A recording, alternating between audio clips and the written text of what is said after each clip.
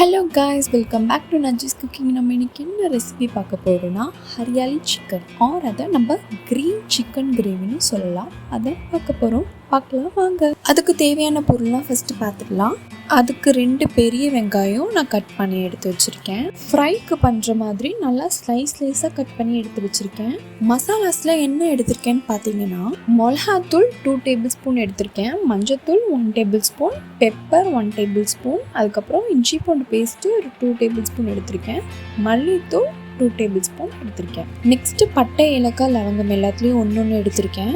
3 பாதாம், half lemon cut பண்ணி வச்சுருக்கேன், 3 பச்சை மிளகாய் எடுத்து வச்சுருக்கேன், ஒரு கைப்பிடி அளவுக்கு புதினா எடுத்திருக்கேன், அதே மாதிரி ஒரு கைப்பிடி அளவுக்கு கொத்தமல்லி எடுத்து வச்சுருக்கேன். நம்ம 400 கிராம்ஸ் சிக்கனில் தான் இதெல்லாம் செய்ய போகிறோம். நீங்கள் நிறையா செஞ்சிங்கன்னா அதுக்கு ஏற்ற மாதிரி மசாலாஸ்லாம் எடுத்துக்கோங்க. அதுக்கப்புறம் நான் ஒரு 2 டேபிள் ஸ்பூன் கர்ட் எடுத்திருக்கேன்.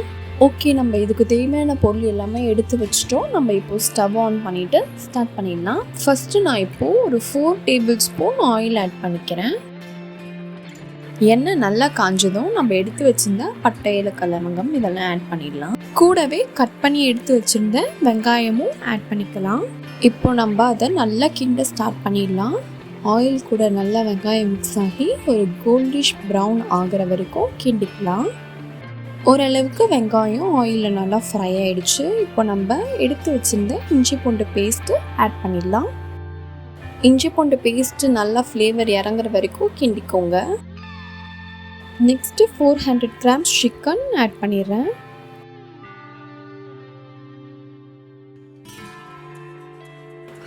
சிக்கன் ஆட் பண்ணிவிட்டு நல்லா கிண்டி விட்டுட்டு next 1 tablespoon salt add பண்ணிக்கலாம்.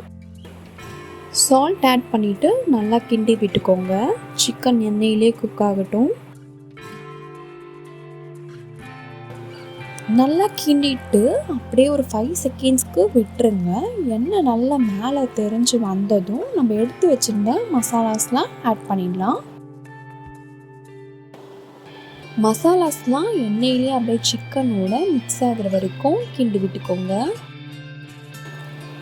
நல்ல ஒரு கலர் வந்துருச்சுல. நம்ம இப்படியே கூட ரைஸ் கார் சப்பாத்திக்கு சாப்பிட்டா டேஸ்ட்டாக இருக்கும். சிக்கன் கொஞ்சம் ட்ரை ஆகிடுச்சு. ஸோ நான் இப்போது வாட்டர் கொஞ்சம் ஆட் பண்ணிக்கிறேன். இப்போ நம்ம கிண்டி விட்டுக்கலாம். இப்போ பார்த்தீங்கன்னா நல்லாவே எண்ணெய்லாம் மேலே தெரிஞ்சு வந்துருச்சு. இதை அப்படியே நம்ம சிம்மில் வச்சிடலாம். நெக்ஸ்ட்டு நம்ம க்ரீன் மசாலாஸ்க்கு ரெடி பண்ண போகிறோம். நம்ம எடுத்து வச்சுருந்த புதினா, கொத்தமல்லி, அதுக்கப்புறம் 3 மிளகாய், 3 பாதாம், தயிர் இதெல்லாம் நம்ம ஊற்றி பேஸ்ட் கன்சிஸ்டன்சியில் அரைச்சி எடுத்துடலாம்.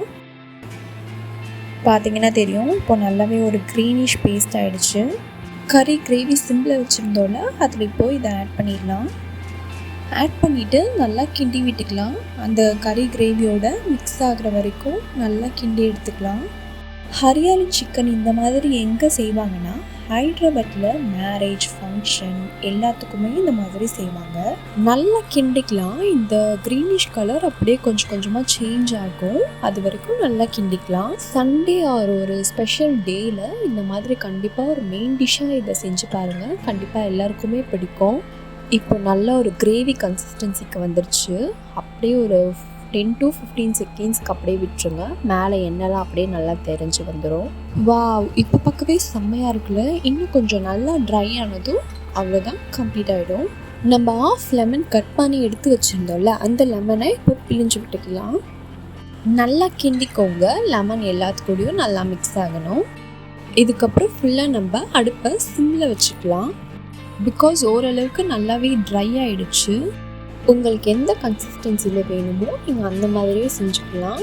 ட்ரையாக நான் செய்கிறேன். நீங்கள் கிரேவி ஸ்டைலில் வேணுனாலும் அப்படியும் செஞ்சுக்கலாம். இதை பார்த்தீங்கன்னா தெரியும், ஃபுல்லாக நல்லாவே கம்ப்ளீட்டாக குக் ஆகிடுச்சு. அவ்வளோதான். இப்போ நம்ம பவுலுக்கு சேஞ்ச் பண்ணிடலாம். இந்த க்ரீன் சிக்கனை சப்பாத்தியார் பொரோட்டாக்கு வச்சு சாப்பிட்டிங்கன்னா வேறு லெவல் டேஸ்ட் இருக்கும். எல்லாருமே இந்த ரெசிபியை கண்டிப்பாக உங்கள் வீட்டில் ட்ரை பண்ணி பாருங்கள். எல்லாருமே சாப்பிடுவாங்க. எல்லாருக்குமே ரொம்ப ரொம்ப பிடிக்கும். நான் சாப்பிட்டு டேஸ்ட் பண்ணிவிட்டேன். எங்கள் வீட்டில் எல்லாருமே சாப்பிட்டாங்க. காரம், டேஸ்ட் எல்லாமே கரெக்டாக செம்மையாக வந்திருக்கு. நீங்களும் கண்டிப்பாக ட்ரை பண்ணி பாருங்கள். இது அவ்வளோ கஷ்டமான ரெசிபி கிடையாது, ஈஸியான ரெசிபி. ஸோ எல்லோரும் உங்கள் வீட்டில் கண்டிப்பாக ட்ரை பண்ணி பாருங்கள். தேங்க்யூ ஃபார் வாட்சிங். இந்த வீடியோ பார்த்துட்டு சப்ஸ்கிரைப் பண்ணாமல் இருந்தீங்கன்னா லைக் பண்ணிவிட்டு ஷேர் பண்ணிவிட்டு கண்டிப்பாக சப்ஸ்கிரைப் பண்ணிக்கோங்க. பாய்.